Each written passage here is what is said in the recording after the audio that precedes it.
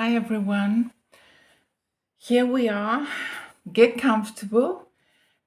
Today I'm doing the video on living in Europe after Brexit. It's a question I get asked often. We're going to cover not only Italy today, but people living in the countries that I know about, which is Portugal, Italy, France, and Spain. So that'll cover a lot of people's experience. What are we going to cover today? We're going to cover the major things that have changed since Brexit came about. So if you live in Europe, you might want to watch this because there may be some stuff that's happened, some legislation that could change your life that perhaps you don't know about or you do know about, but you're not sure what are the implications for you personally. There are lots of Facebook groups, I always say this, and they guard their information very closely, and they always say don't share without the group. I really believe that there are so many people that I've encountered who wish they had had this information, and that's why I do these videos. I could be making videos about everything, and in the past I have, about travel, about wine, about perfume. So I focus in on this because I want to be helpful and useful to those of us who live in Europe and really want to know what is life like here. You may be American, in which case Brexit doesn't affect you, but we will still cover the conditions under which, as a foreigner, you would live in these countries. So if you're American, Canadian, Australian, or whatever, or British, of course, don't worry, or Irish, or whatever you are, or from Africa for that matter, we're going to get into it. So I'm going to keep this at 20 minutes. So I don't have much time to chit chat, but I'm going to keep on the points. Quite a few people asked in the last video that emailed me for direct advice, could I do timestamps of each subject? Look, if you don't have 20 minutes to watch a video that could make your life easier, I've done all the homework, I've done the research, I'm putting it in a video for you, it's free. I'm not actually going to make a transcript because people say I can't watch 20 minutes. Well, I'm sorry if you can't watch 20 minutes. I hope to be engaging for 20 minutes. Let's get into it. So I'm not going to make something on AI with a bunch of points that you can zip through on TikTok. There's tons of people doing that, copying other information in a TikTok video and putting it on AI. Ain't me. So stick with me. So what I have done to make it easier for those of you who find it hard to focus, I know that you're looking at my beauty, but try to focus on the board. So number 1 is healthcare. Number 2, housing. I'm sorry that it might be inverted, but I'm filming this on my phone, so you're just going to have to work it out. So number 1, healthcare, housing, and then hosting. So these are the 3 subjects I'm going to start with because all of these 3, healthcare, housing, and hosting, are stuff that I get asked about all the time after Brexit. So let's get to healthcare. So what has changed in healthcare? Well, one of the reasons I eventually got Italian citizenship, because as I may have covered in former videos, I was already a permanent resident in Italy where I live before Brexit happened, and therefore I was part of the agreement. I had all the paperwork. I got the Carta Sorggiorno card, even though I had already applied for citizenship and I knew it was coming. I got it because my absolute conviction, and I haven't changed at all since then, is that you need it. And I'll tell you why as we go on. So there are lots of debates online. People insist that you don't need it. Well, yeah, until you try and do anything. Yeah, so it's better to have it. So healthcare. So if you were a resident in Italy, and it's probably the same, it's certainly that way for Portugal and Spain, and you were already settled, you fell into the settlement program that also applies to Europeans who went to UK and decided to apply for settlement. And they were already resident there when Brexit was happening, and when Article 50 was triggered, they fell into that bucket. In 2020, that should have all been done. You had your time to apply, whatever. There were some late appliers, and there are always exceptions to these rules. Please don't write to me and tell me you're an exception because I'm happy for you. That doesn't mean that proves the rule. But anyway, let's say by 21, everybody had to have their bits of paper stamped.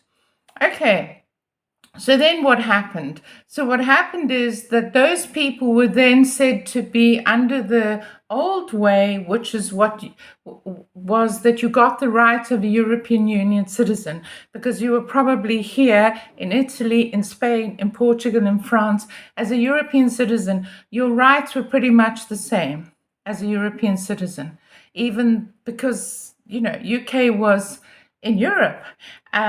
Americans obviously came in on another kind of visa, but you could also be a permanent resident. And what happened after Article 50 was triggered and Brexit happened is British people then had to get the Carta di Sorggiorno in Italy. It's called different things in Spain or whatever, and also in Portugal. I had been in Portugal working as a digital nomad for a year, but I had to still get that permit. But that was before Brexit. So I was under European Union. Okay, so European Union, you were covered health-wise, you were covered medically.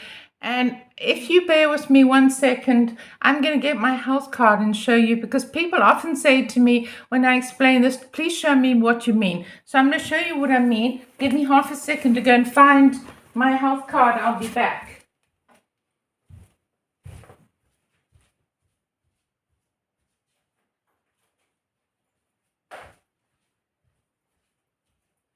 Okay, so here we are. Are you ready? There we are. So that's what the health card looks like. I should really cover up some of my crucial information. But anyway, yeah, there we are. That's what it looks like. And if you see on the top, mine says Carta Sanitaria. My particular one says Lombardia, but it says TS. You can see it's electronic. And on the bottom here, mine says Lombardia. Can you see that? Yeah. It says Lombardia because each region manages its own. And on the back, people are often asked, what does team mean? Because people talk about TEAM. TEAM is that. It literally means Tessera Europea di Assicurazione Malattia. So meaning the card for European assurance against illness. And mine has all that writing on it, which tells me my particular number, my date of birth, my credentials. And what that means is if I have all of these details on mine, what it means is that if I'm anywhere in Europe and I get ill, emergency treatment will be rendered to me without any cost. You may have a different card from this because you fall under some different rules.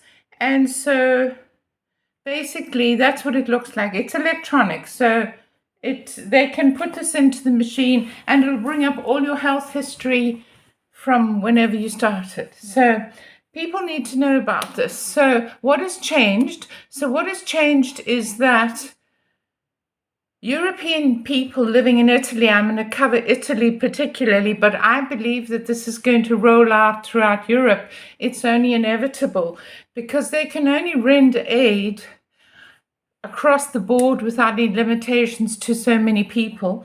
And so people who are European Union, who are living in Italy, and even people who were here during Brexit, who are not Italian citizens, may be asked and have been asked, and it's caused a lot of problems, that's why I'm covering it, to pay a €2,000 surcharge for this upcoming year. So in other words, 2024, towards healthcare. So what happened before is you went to ASL, who manage all the healthcare, and you registered, and they gave you your GP, your registered doctor, who you can see for free.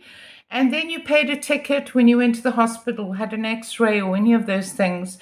But now, a lot of these people who are re-registering for this year because their card expired or the cover they had was for a year, they have been asked to pay in this amount. So it's caused a lot of friction. And this is exactly what I saw coming when I saw Brexit coming down the line, which is why I applied for Italian citizenship.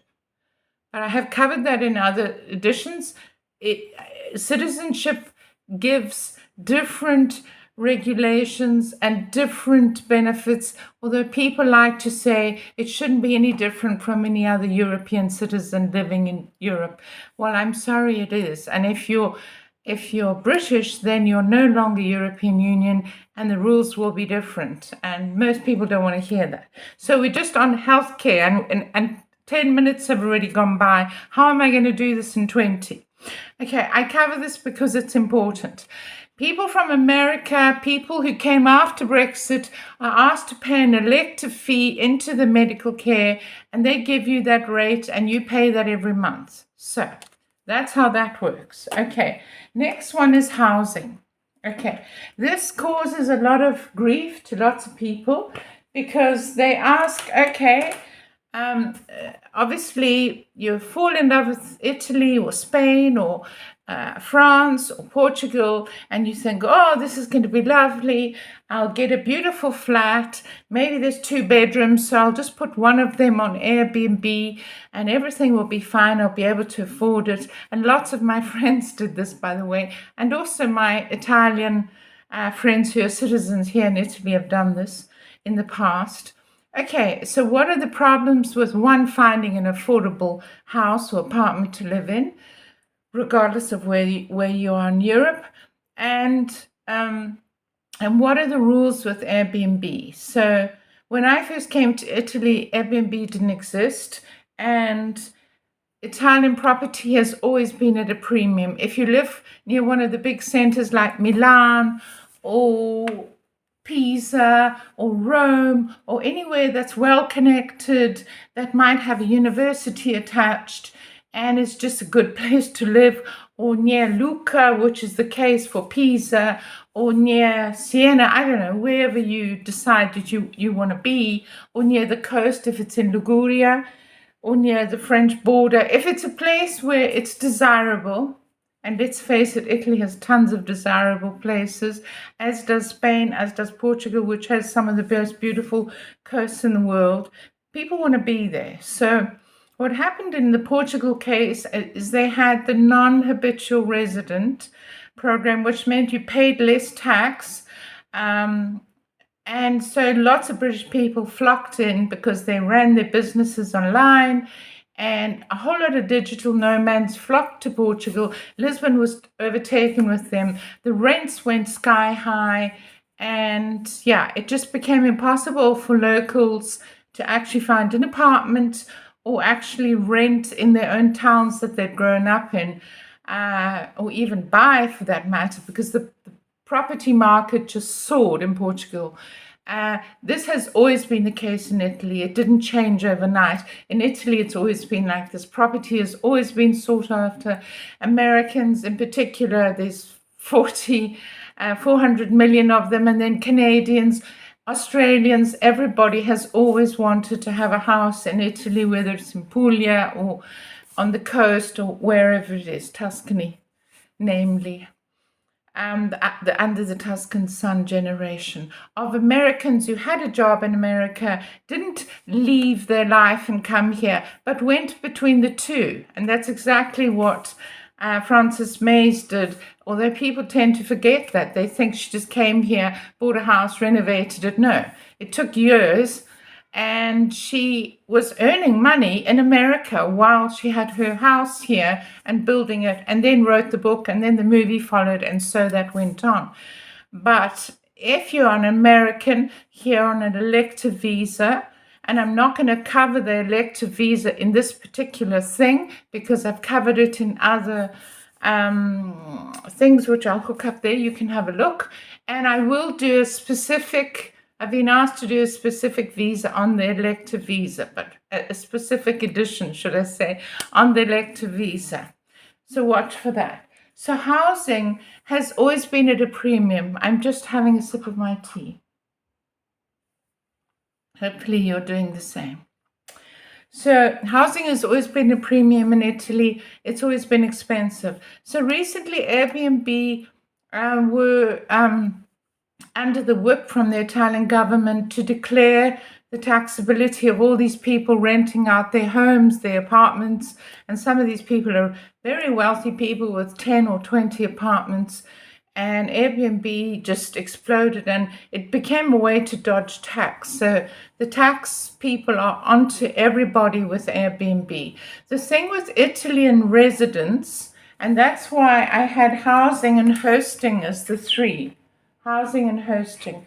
You can't just host who you like in your home and charge them for a couple of reasons. And I'm going to make a comparison between living in Britain and living in Italy. Italy has always had a Carta d'identità. So you can be stopped by a policeman, and you may be stopped by a policeman at any stage of any day on a train, anywhere in public, and they can ask you for your Carta d'identità. They don't need a motivation. You don't need to be misbehaving. You can simply be on a train. And you are obliged to have that Carta d'identità on you. And so they know exactly which comune you are resident in. They know everything about you. It's an electronic card. They can scan it in their machine. If you're on a visa and you're not permanent resident here, they can also scan that. So the happy days of the past where you could just drift around anonymously, sadly, that doesn't happen. But it's difficult for Brits, and I do understand. I came here on a British passport, so I do understand that many people manage to not learn the language, not change their driving license, and just live here under the radar and go back to England whenever they liked, and just do whatever they liked. And unfortunately, Brexit put a stop to that, and I can understand people get angry about this. They get very angry because their rights have been breached, but I'm just a piano player, so I'm just here trying to help. I do understand how huge debates are sparked and huge. If you want to leave me a comment, I'm happy to read it and respond. I always love comments.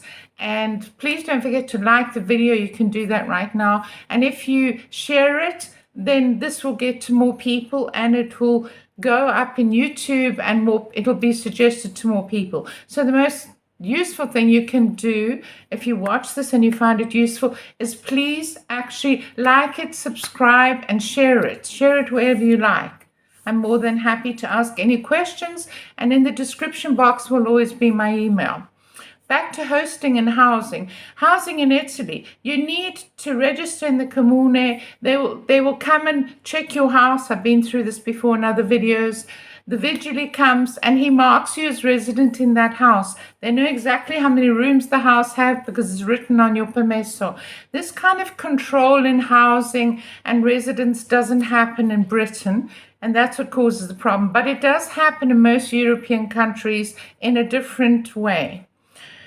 Yes, what that means is that if you want to host somebody and get them to pay half your rent, they're going to need residents because they have the same problem you do. In order to get the house card, they need residents, and they have to go to the comune or the town hall in France or wherever it is, Portugal, and they give your address, but you're already resident there. And you've said, I'm living here alone, or I'm living here with my husband.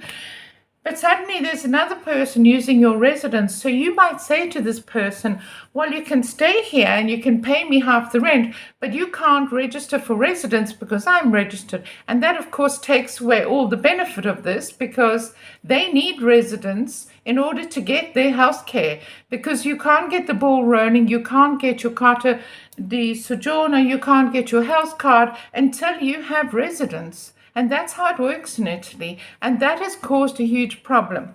So this weekend, I watched a couple of YouTube videos on Spain, particularly the coast of Spain, which has always been hugely popular with Brits because of the beautiful weather. Who can argue with that? And that there are various homeless people, lots of them apparently, living in tents, living in camper vans, because after Brexit they had a problem. A lot of these people obviously were doing the same thing. They were jumping between UK and Spain, Portugal, and just thought, or even France, by the way, which has a big tradition of people who lived between the two, and they didn't have to choose. If they had enough money, they bought a house, or they lived in a house and did whatever, and perhaps had enough money to get a private doctor or private treatment. That's okay. But suddenly there's quite a few homeless people, which has caused a lot of controversy online, and I sympathize with these people, but at the end of the day, they didn't get a local bank account, they didn't learn the language, and now they're stranded because they feel they can't go back to UK because there's nothing there for them anymore, and they don't want to give up their life that they loved in Spain, but they now can't work, and this is the big issue. So the next thing on this little thing that I'm going to write for you is work. So that's the next thing that's upcoming. So these people now can't work because a lot of them were working cash in hand. So I don't know, they could be pool specialists, they could be gardening specialists, they could be tiling, they could have been painting houses, cash in hand. There was no shortage of work. There was tons of work because there was. I mean, there were always people renovating their villas, their apartments, so they could work cash in hand, go back to England when they felt like it, and had a lovely life in the sun in Spain. Who can argue with that? Same thing for Portugal.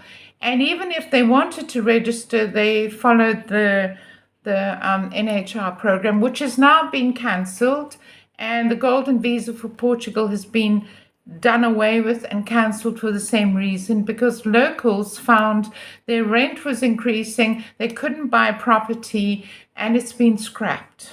Yeah, so quite a lot of people came into Portugal on that basis. But let's say you were not registered for whatever reason. You now are basically living in this country, whichever one of these countries we're talking about, illegally. You're living in Europe illegally, which, look, you might get away with it because maybe you were there 10 years before and you haven't done anything to make the authorities take notice of you. But let's look at a scenario. Let's look at a scenario in Italy. We had this discussion the other night with some friends of mine over dinner. Let's say you put your apartment that you bought on Air BnB, and everything's great and the money's rolling in and it goes into your PayPal account or it goes wherever it goes and everything's great, right? And then one night a person in that apartment has an argument, the Carabinieri are called by the neighbors, or they are taken to pronto soccorso, or a child falls over a balustrade, which can also happen, by the way, and suddenly the police are involved. And now, the rule has always been in Italy, this is nothing new to Brexit, by the way. This is nothing new to Brexit. This has always been the case in Italy. If somebody is a resident in your home for 1 night, 2 nights, 3 nights, 4 nights, if you're hosting somebody, you are obliged to tell the questura, which is the police state, the state police, the immigration police, either by email or to actually register them as hosting. You're hosting them in your home. If you're hosting even family for a month, you're obliged to do the same thing. You must tell when a foreigner is in your home. And this has always been the case. Okay, a lot of people don't do this and they laugh at me when we talk about this, but this is the rule. And if things go okay, maybe it never gets discovered. But let's say something goes sideways. Let's say somebody's robbed in your Airbnb that you're renting out to these people, and they go to the Carabinieri and they tell the whole story, but their residence, it's an Airbnb. And now you have a major issue on your hands because you're breaking the law, you're hosting people, you're running a hotel basically out of your home, which you are resident in, which you've told the vigil when you got in there that there were 2 people living there. Actually now 6 people could be staying there every night because you're staying with your boyfriend or your new friend down the road, and you've got your apartment filling up every week with Airbnb things. People say, yeah, this is the way you used to be able to earn a living in Italy. And maybe some people are still doing it. And if everything's fine and you've registered for your Carta and now you've got citizenship, that's okay. That's all good. And maybe you're lucky. Maybe you're one of the lucky ones. I pray you are. But if something goes wrong and you haven't registered these people as resident in your home for that night, you are in trouble. You're really in trouble. And you're skating on thin ice. So I'm not here to actually be scaremonger and worry anybody. Lots of people don't know about this. Okay, so let's get back to work. Work. So one of the things you could do was literally just rent out your Airbnb. There were lots of digital nomads who went to Portugal, who worked online, who did whatever they were doing in England, web design, accountancy online, bookkeeping online, whatever you were doing, you could do that happily. And maybe you still can. And maybe you were one of the lucky ones who followed the golden visa program and are settled in Portugal and everything's fine and you're there for life, or did the same in Spain. But there is this new phenomenon in Spain, because it's always been the sunny place where people went because it was just lovely. I don't mind the rain in England, but lots of people moan about it. I can understand. And so this has been a new phenomenon. And I'm interested to hear your comments. I'm interested what you have to say about it. But these are the things that are changing. And now you have to choose. And you have to choose where you are taxed. And you cannot, I've covered this in many other videos. I'm going to do it again. You cannot be taxed in 2 countries. You have to choose which country you're resident in. You cannot be tax resident in England and also in Portugal, Spain, and France. You can't. Work and tax. Big issues. Work and tax. You have to choose which country you're going to be taxed in. And you may say, well, wouldn't it be useful for me to be employed by my company in UK, in Italy, and then be taxed there? It's quite complicated. It needs special structures set up. I'm not going to cover it because, one, I'm not a tax expert. I know how to do it because I've been through with other people. But these are the things you need to ask yourself about living in Europe after Brexit. So I have to stop because I promised my less than half an hour. It's now 28 minutes. So I'm going to cover this subject again. Drop down in the comments. Let me know what you want me to cover next. I will cover the elective visa in detail. So from Amanda here in Italy, I hope you're having a lovely Sunday. And let me know if you enjoy. Subscribe. Please like the video and share it with whoever you want to share it with. Thanks for joining me. Look forward to the next one. Bye. Bye.